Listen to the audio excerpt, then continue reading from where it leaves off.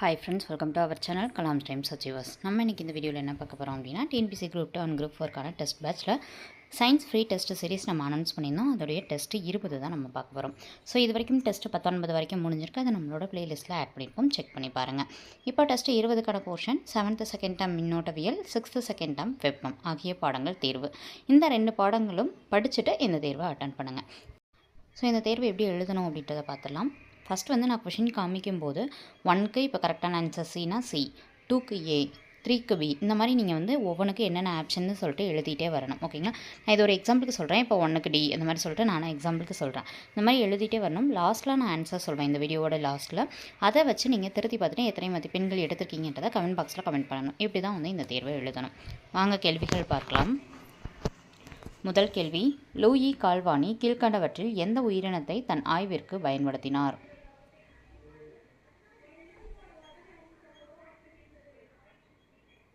இரண்டாவது கேள்வி, கூற்று.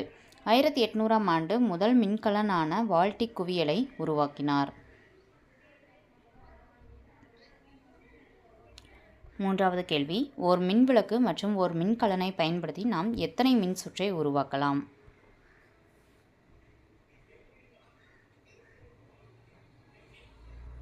நான்காவது கேள்வி, சுதந்திர தேவி சிலை எங்கு உள்ளது? ஐந்தாவது கேள்வி, எடிசன் கண்டுபிடித்த விரைவில் எரியக்கூடிய மின்விளக்கு காட்சிப்படுத்தப்பட்ட ஆண்டு எது?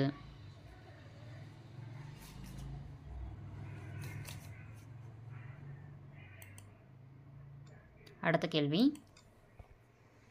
ஒளி வரைவியை அதாவது கிராமபோன் தாமஸ் ஆல்வா எடிசன் கண்டுபிடித்த ஆண்டு என்ன? இயற்கை மற்றும் சோதனை தத்துவம் என்ற நூலின் ஆசிரியர் யார்? எட்டாவது கேள்வி, தாமஸ் ஆல்வா எடிசன் சிறு வயதில் கீழ்கண்ட எந்த நோயால் பாதிக்கப்பட்டார்?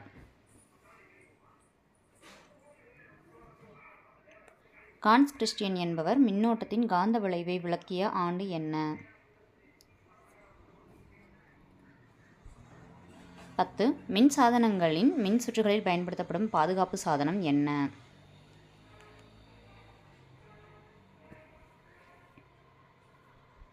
11. கீழ்கண்டவற்றுள் எது நெக்ரோமின் கலவை அல்ல?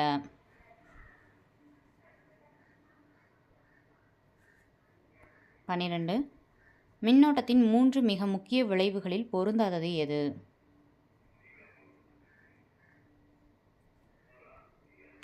குறைந்த மின்தடையை கொண்டுள்ள உலோகம் எது?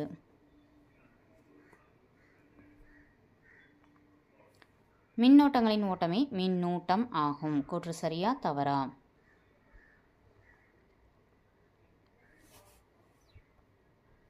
மின்னோட்டம் கடத்தும் பண்பின் அடிப்படையில் எத்தனை வகையாக பிரிக்கப்பட்டுள்ளது?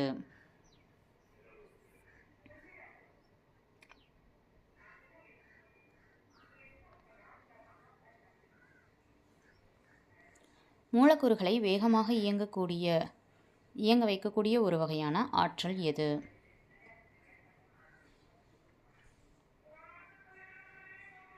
17. 30 டிகிரி செல்சியஸ் வெப்பநிலையில் உள்ள 1 லிட்டர் நீரும் 50 டிகிரி செல்சியஸ் உள்ள ஒரு நீரும் ஒன்றாக சேரும்போது உருவாகும் நீரின் வெப்பநிலை என்ன?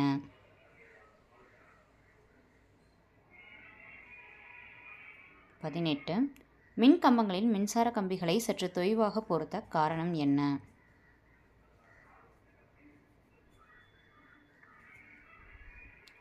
கீழ்கண்டவற்றுள் வெப்பத்தை அரிதில் கடத்தும் பொருள் எது? கூற்று. வெப்ப ஆற்றல் வெப்பநிலை அதிகமான பொருளில் இருந்து வெப்பநிலை குறைவான பொருளுக்கு கடத்தப்படுகிறது.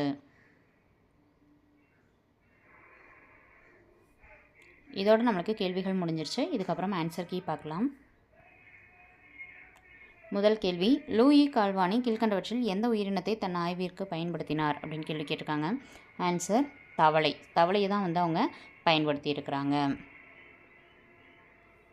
1800ஆம் ஆண்டு முதல் விண்கலனான வால்டிக் குவியலை உருவாக்கினார் அப்படின்றது கூற்று சரி.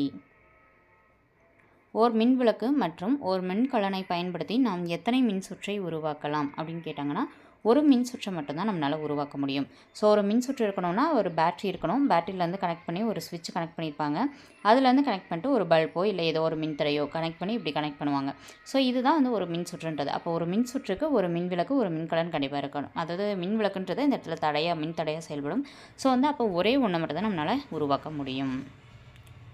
சுதந்திர தேவி சிலை எங்கே இருக்குது அப்படின்னு கேட்டிருக்காங்க அப்படின்னா நியூயார்க் கிட்ட இருக்குது. ஓகேங்களா. ஸோ அடுத்தது பார்க்கலாம். இப்போ உங்களுக்கான கேள்வி, இந்தியாவில் அதிக மழை பெய்யக்கூடிய இடம் எது? குறைந்த மழைப்பொழிவு இருக்கக்கூடிய பகுதி எது? இதுக்கான ஆன்சரை கீழே கமெண்ட் பாக்ஸில் கமெண்ட் பண்ணிடுங்க. இலங்கையில் யாழ்ப்பாணம் அப்படின்ற அந்த ஒரு நூலகம் வந்து தீ வைக்கப்பட்டிருக்கும் இல்லையா, யாழ்ப்பாண நூலகம் தீ வைப்பு. ஸோ அது எந்த ஆண்டுன்றது உங்களுக்கான கேள்வி. ஆன்சர் என்ன பண்ணுங்கள், கீழே கமெண்ட் பாக்ஸில் கமெண்ட் பண்ணிடுங்க. அடுத்த கேள்வி, கிரீன்விச் மீன் டைம்னு சொல்லுவோம் இல்லையா, ஸோ அந்த கிரீன்விச் மீன் டைம்ன்றது எங்கே அமைஞ்சிருக்கு, எந்த பிளேஸ் அப்படின்றத கீழே கமெண்ட் பாக்ஸில் கமெண்ட் பண்ணுங்கள். 5.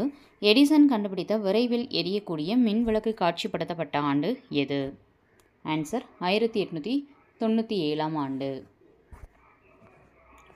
ஒளி வரைவியை அதாவது கிராமஃபோன் தாமஸ் ஆல்வா எடிசன் கண்டுபிடித்த ஆண்டு எது?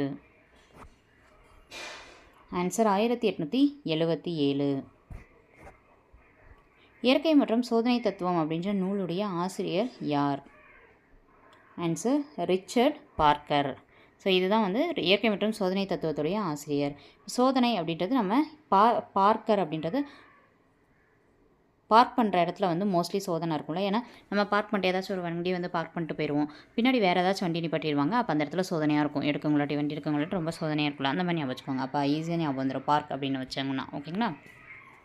அடுத்தது, தாமஸ் ஆல்வா எடிசன் சிறு வயதில் கீழ்கண்ட எந்த நோயால் பாதிக்கப்பட்டார் அப்படின்னா ஸ்கார்லட் அப்படின்ற நோயால் பாதிக்கப்பட்டிருக்காரு. ஸோ வந்து டைஃபாய்டு, மயோஃபியா, நிக்டோலோஃபியா இது எல்லாமே நமக்கு தெரியும். வைட்டமின் ஏயால் இந்த உங்களுக்கான கேள்வி, வைட்டமின் ஏயால் ஏற்படும் வைட்டமின் ஏ வந்து நமக்கு குறையும் போது அந்த குறைவினால் ஏற்படக்கூடிய நோய் எது? இதை வந்து கீழே கமெண்ட் பாக்ஸில் கமெண்ட் பண்ணுங்கள். கான்ஸ் கிறிஸ்டியன் என்பவர் மின்னோட்டத்தின் காந்த விளைவை விளக்கிய ஆண்டு, அதாவது ஒவ்வொரு விளைவுன்னு சொல்லிட்டு நிறைய இருக்கும். அதில் காந்த விளைவை உருவாக்கிய ஆண்டுன்னு பார்த்தோன்னா 1819, அதாவது 1819. மின் சாதனங்களின் மின் சுற்றுகளில் பயன்படுத்தப்படும் பாதுகாப்பு சாதனம் எது? பாதுகாப்பு சாதனம்னாலே மின் உருகி தான். ஏன்னா நம்மளுக்கு வந்து கரண்ட் அதிகமாக வருது அப்படின்னா அந்த இடத்துல வந்து அந்த கரண்ட்டை ஃபுல்லாக வாங்கி இது அப்படியே உருகிரும். ஸோ வந்து மற்ற மின் சாதனங்கள் வந்து ஒரு மாதிரி வேஸ்ட்டாக போகாமல் பாதுகாக்கப்படும் அந்த இடத்துல. அப்போ பாதுகாப்பு சாதனமாக அந்த இடத்துல இருக்கிறது மின் உருகி தான். கீழ்கண்டவற்றில் நிக்ரோமின் கலவை அல்லாதது எது அப்படின்னு கேட்டிருக்காங்க. ஆன்சர் துத்தநாகம். அப்போ நிக்ரோமோட கலவை எதுன்னு இதில் தெரிஞ்சுக்கணும். இரும்பு, நிக்கல் மற்றும் குரோமியம் இது எல்லாம் சேர்ந்து தான் நிக்ரோமியோடைய கலவைகள். இப்போ அந்த இரும்பு பற்றி பார்க்குறோம் அப்படின்னா இரும்பு வந்து இங்கிலீஷில் சொல்லும்போது அயன் அப்படின்ற பேரில் சொல்லுவோம். சிம்பிள் வந்து FE அப்படின்னு சொல்லிட்டு குறிப்போம். ஓகேங்களா. ஸோ வந்து இதை ஞாபகம் வச்சுக்கணும். இந்த FEன்றதில் வந்து நமக்கு எப்போ இந்த தண்ணி மற்றும் ஆக்சிஜன் இதெல்லாம் படுதோ அப்போ வந்து அது என்னவாக மாறும்னா துருப்பிடிக்கிறதா மாறும். ஓகேங்களா. துருப்பிடித்தல் அப்படின்றதுக்குரிய வேதியியல் வாய்ப்பாடு என்ன அப்படின்றது உங்களுக்கான கேள்வி. ஆன்சரை கீழே கமெண்ட் பாக்ஸில் கமெண்ட் பண்ணிடுங்க. இந்த குரோமியம் அப்படின்றது வந்து ரொம்ப ஒரு பளபளப்பு தன்மையுடையதாக இருக்கும். ஓகேங்களா. ஸோ குரோமியமுக்கு CR அப்படின்னு போடுவோம். இதுவுமே வந்து உங்களுக்கு ஒரு இடத்துல குரோமியமுடைய பயன்கள்ன்ற ஒரு இடத்துல படிப்பீங்க. குரோமியம் அப்படின்றது நமக்கு ஸ்கூல் புக்கில் பயன்கள் கொடுத்துருப்பாங்க. அதில் ஒரு பயன் தான் குரோமியம் அப்படின்றது பளபளப்பு தன்மை உடையது அப்படின்னு கொடுத்துருப்பாங்க. அடுத்து நிக்கலுக்கு வந்து NI அப்படின்னு சொல்லலாம். மின்னோட்டத்தின் 3 மிக முக்கிய விளைவுகளில் பொருந்தாதது எது அப்படின்னு கேட்டிருக்காங்க. ஆன்சர் ஒளிமின் விளைவு. 3 நிகழ்வுகள் மின்னோட்டத்தில் நடக்கும். என்னென்ன விளைவுனா வெப்ப விளைவு, காந்த விளைவு, வேதி விளைவு. குறைந்த மின்தடையை கொண்டுள்ள உலோகம் எது? ஆன்சர் தாமிரம். தாமிரம்ன்றது காப்பர்னு சொல்லுவோம். ஓகேங்களா. எதை செம்பு அப்படின்ற வேறு வார்த்தையினாலும் நம்மளால் குறிப்பிட முடியும். அடுத்தது அலுமினியம். அலுமினியம்ன்றது AL. இப்போ தான் இரும்பு பார்த்தோம். இரும்புக்கு வந்து FE. எதுக்காக இந்த சிம்பிள்லாம் இப்போ பார்க்குறோம் அப்படின்னா சிம்பிள் வச்சு நமக்கு மேட்சில் கேட்குறதுக்கு வாய்ப்பு இருக்குது. அதுக்காக தான். ஓகேங்களா. மின்னோட்டங்களின் ஓட்டமே மின்னூட்டம் அப்படின்னு கொடுத்துருக்காங்க. இந்த கூற்று சரியாக தவறான்னு பார்த்தோன்னா தவறு. காரணம் மின்னூட்டங்களின் ஓட்டமே மின்னோட்டம்னு வரணும். இந்த இடத்துல தப்பாக கொடுத்துருக்காங்க. மின்னோட்டம் கடத்தும் பண்பின் அடிப்படையில் எத்தனை வகையாக பிரிக்கப்பட்டுள்ளது அப்படின்னு கேட்டிருக்காங்க. ஆன்சர் 2 வகையாக பிரிக்கப்பட்டிருக்கு. உங்களுக்கான கேள்வி, மின்னோட்டம் கடத்தும் பண்பின் அடிப்படையில் 2 வகையாக பிரிச்சிருக்காங்கன்னு சொல்லியிருக்காங்க இல்லையா, அந்த 2 என்னென்ன அப்படின்றத கீழே கமெண்ட் பாக்ஸில் கமெண்ட் பண்ணுங்கள். மூலக்கூறுகளை வேகமாக இயங்க வைக்கக்கூடிய ஒரு வகையான ஆற்றல் எதுன்னு பார்த்தோம் அப்படின்னா வெப்பாற்றல்.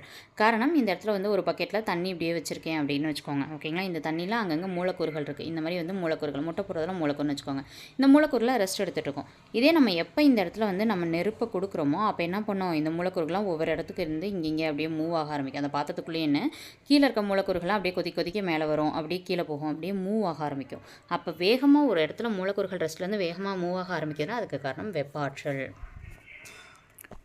30 டிகிரி செல்சியஸ் வெப்பநிலையில் 1 லிட்டர் நீரும் 50 டிகிரி செல்சியஸில் ஒரு நீரும் ஒன்றா சேரும்போது எவ்வளோ வெப்பநிலை இருக்குன்னு கேட்டிருக்காங்க. இதுன்னு வச்சுக்கலாம். இது 30 டிகிரி, இது வந்து 50 டிகிரி.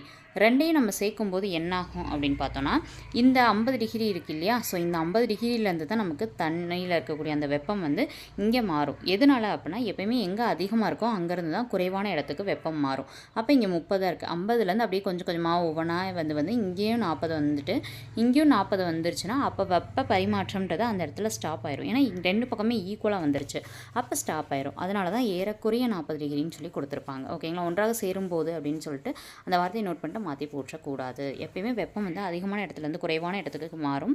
கரெக்டாக ஈக்குவலாக எப்போ வருதோ அப்போ அந்த வெப்ப பரிமாற்றம்ன்றது அந்த இடத்துல ஸ்டாப் ஆயிடும். மின் கம்பங்களில் மின்சார கம்பிகளை சற்று தொய்வாக பொறுத்த காரணம் என்ன? அதாவது மோஸ்ட்லி வந்து நம்ம கம்பி பார்த்துருப்போம் இல்லையா, நம்ம வீட்டுக்கு முன்னாடி இந்த மாதிரி வந்து டிரான்ஸ்ஃபார்மர்லாம் ஊனி வச்சுருப்பாங்க. அதில் 4 கம்பிகள் இணைச்சிருப்பாங்க. ஆனால் அந்த 4 கம்பி டைட்டாக பண்ணாமல் லைட்டாக இந்த மாதிரி இருக்கும். ஓகேங்களா, ஸோ எப்படின்னா இந்த மாதிரி தொய்வாக இருக்கும்.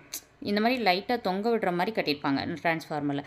எதுக்காக அந்த மாதிரி கட்டியிருப்பாங்க அப்படின்னா, நம்மளுக்கு வந்து வெயில் காலத்தில் அது என்னாகும் அப்படின்னா மூலக்கூறுகள்லாம் கொஞ்சம் விரிய ஆரம்பிக்கும். அப்படி விரியும் போது இப்படி இருக்கக்கூடிய கம்பி இப்படி ஸ்ட்ரைட்டாக மாறும். இதே ஒருவேளை அவங்க வந்து பொருத்தும் போதே ஸ்ட்ரைட்டாக அந்த கம்பியை பொருத்தி இருந்தாங்கன்னா அதுக்கு மேலே அதனால் விரிவடைய முடியாது. ஓகேங்களா, வெயில் அதிகமாக படப்பட அது வந்து என்னாகும், விரிவடையும். அப்போ இதை ஸ்ட்ரைட்டாக அவங்க பொருத்தியிருந்தாங்கன்னா இதனால் விரிவடைய முடியாமல் என்ன பண்ணுன்னா, விரிவடைய ட்ரை பண்ணும்போது இந்த கம்பி வந்து இடையில வெடா விட்டுரும். ஓகேங்களா, ஸோ அதுதான் ரீசன். அப்போ ஆன்சர் நீள் விரிவு. அடுத்தது, கீழ்கண்டவற்றுள் வெப்பத்தை அரிதில் கடத்தும் பொருள் எது அப்படின்னு சொல்லி கேட்டிருக்காங்க. ஆன்சர் கண்ணாடி. ஃப்ளோவாக நல்லா கடத்திடும்னு சொல்ல முடியாது, ஸோ அரிதில் கடத்தக்கூடிய பொருள்ன்றது அர்த்தம். அடுத்தது, வெப்ப ஆற்றல் வெப்பநிலை அதிகமான பொருளிலிருந்து வெப்பம் குறைவான பொருளுக்கு கடத்தப்படும். இது இப்போ தான் மேலே பார்த்தோம். ஸோ இது வந்து ஆன்சர் கூற்று சரிதான். எங்கே அதிகமாக இருக்கோ அங்கேருந்து பொருள் வந்து வெப்பநிலை குறைவான இடத்துக்கு கடத்தப்படும். மொத்தம் 20 கேள்விகள் முடிஞ்சு. இந்த 20 கேள்விகளில் எத்தனை கேள்விகளுக்கு சரியான பதில் அடிச்சிங்க அப்படின்றத கீழே கமெண்ட் பாக்ஸில் கமெண்ட் பண்ணிடுங்க. நம்ம இதில் டிஎன்பிஎஸ்சி டெஸ்ட் பேட்சஸ் வந்து அவைலபிளாக இருக்குது. உங்களுக்கு வேணும்னு நினைக்கிறவங்க டிஸ்கிரிப்ஷனில் கான்டாக்ட் நம்பர் இருக்கும், அதில் கான்டாக்ட் பண்ணி கேட்டுக்கோங்க. தேங்க்யூ.